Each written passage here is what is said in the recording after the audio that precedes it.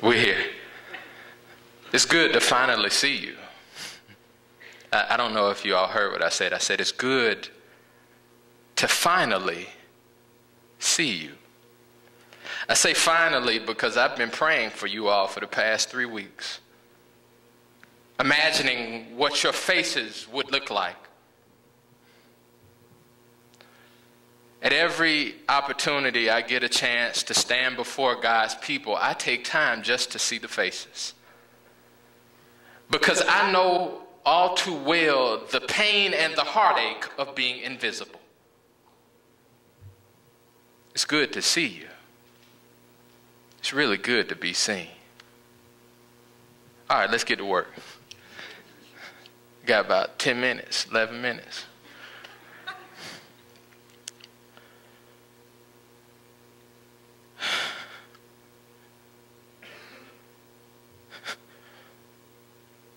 Can't believe this shit. How did I get here? I'm 30 feet above passing traffic. How did I get on this bridge? Shit.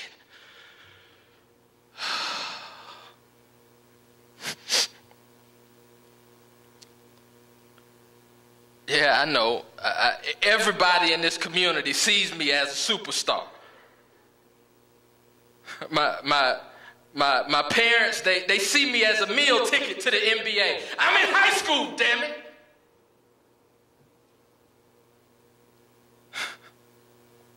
The people at my church, they worship me. I thought they were there to worship God. I'm just a young man. Shit, how did I get here? The girls at school, they just wanna be with me because they think I'm cool. I can't take this anymore.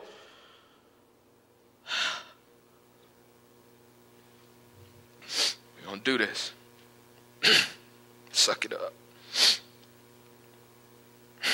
That's a truck down there.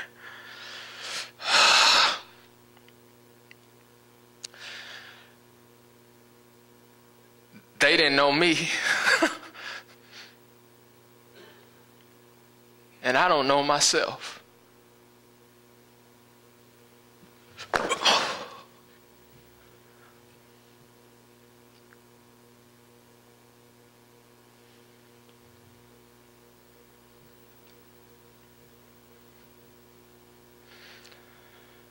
Three weeks later, Stephen woke up from a coma.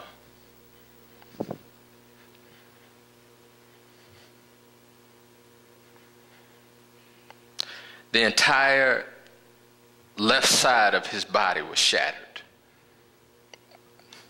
He was a highly recruited, a nationally recruited basketball player. But he felt like his parents didn't see him.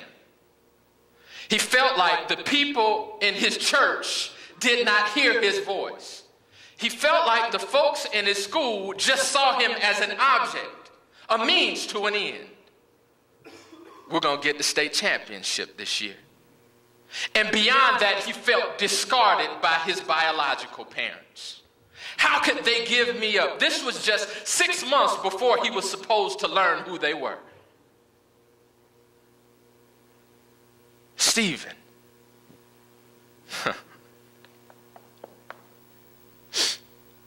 He woke up from this coma and never being able to grab a basketball again because his left side was shattered, was forced to think about what his future might be.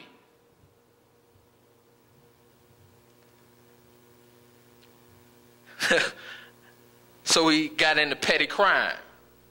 Stealing and stuff. I had to watch my language because we're in church. Stealing and stuff. So when I met Stephen, it was my first week on the job as his youth pastor. 8 weeks after his attempt. He was in a psychological ward of the county jail, under constant surveillance. And this is my first week out of seminary. I'm like, what am I supposed to do? So we enter into this conversation. And we could talk about, the strategies we use to enliven hope in this young brother. We could talk about that in a little breakout session, but I want just for us, for the few minutes I have remaining, to think about those last words that he said. They did not know me, and I did not know myself. My research focuses on young people who feel as if they are unseen and unheard, and how that affects their sense of identity and how they conceive of their future. For him, the future was blocked. He was cut dead. William James, maybe y'all have heard of William James, the famous American psychologist. In 1890, he said these words. Hear this.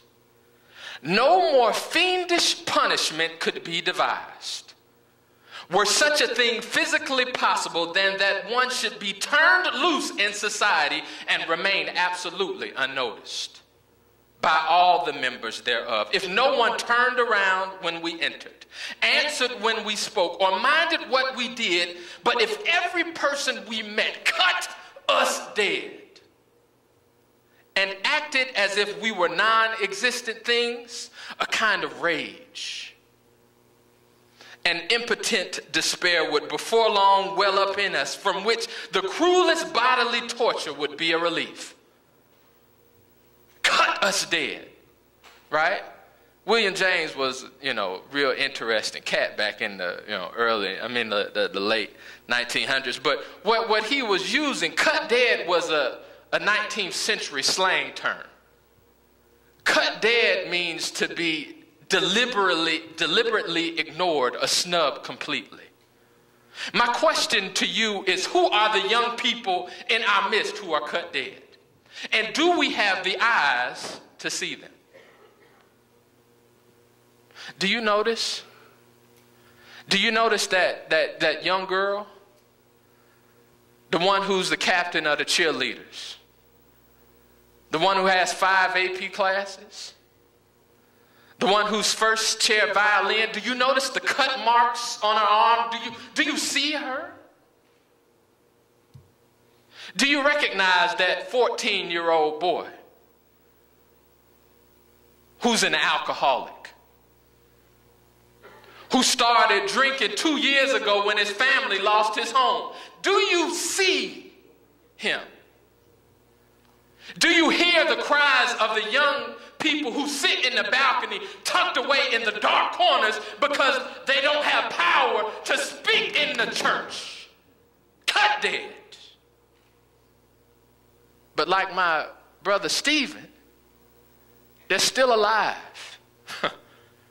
They're cut dead, but they're still alive. They're seen, but they're not seen. They're visible, yet they're invisible. So Brother Marco asked me, what do we do?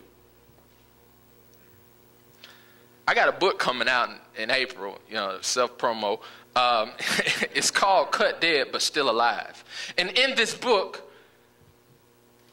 I offer 4 comprehensive strategies for caregivers to see and hear young people who might feel as if they are muted and invisible.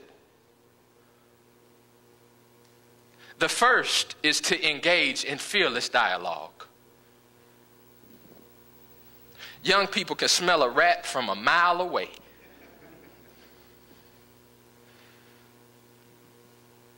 And the thing that I learned in working with gang members who were coming out of prison is inauthenticity reeks. They want to talk about real life issues and engage in fearless dialogue. The second practice is in interrupting hope. In places of despair, when alcohol has taken over your life, when standing on the corner is all that you can see before you, something needs to interrupt the despair, the destructive disgust, the depression. Hope, the imaginative hope that our brother spoke of, has that possibility to break open a new reality. But Donald Capps, that's my favorite book in seminary, Donald Capps wrote this book called Agents of Hope, We could talk about that in the breakout session. But Agents of Hope says that there are 3 primary threats to hope that begin to corrode inside of people. But he also offers 3 allies of hope. We can talk about that later. The third thing is the search for small miracles. And this takes a trained eye.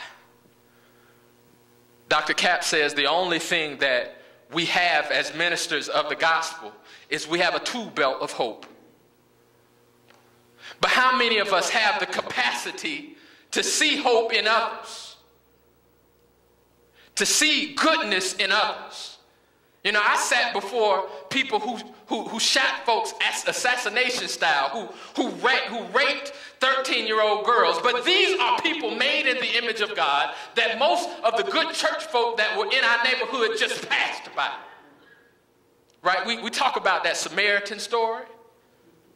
The Levite, I'm preaching about that tomorrow, by the way. The Levite and the priest, right, who just passed by. The man on the side of the road, the wounded one. Who are these communities of people? Because it just wasn't one Levite. He had an entourage. We don't need to be these communities that pass by those who are cut dead. How can we see the goodness in that which seems so tarnished and despairing? Finally, a community of reliable others.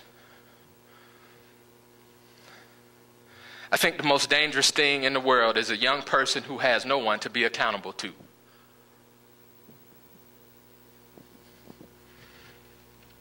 Because if I don't feel accountable to anyone or anything, I don't really care about you.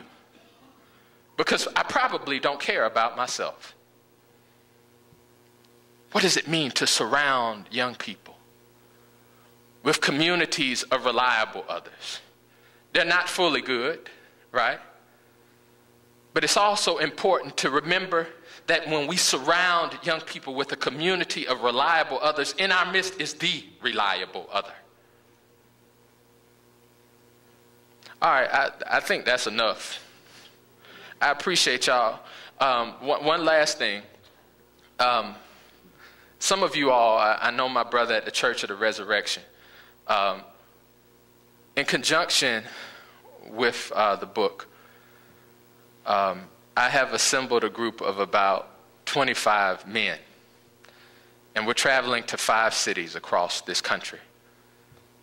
We're calling it the Fearless Dialogues Tour.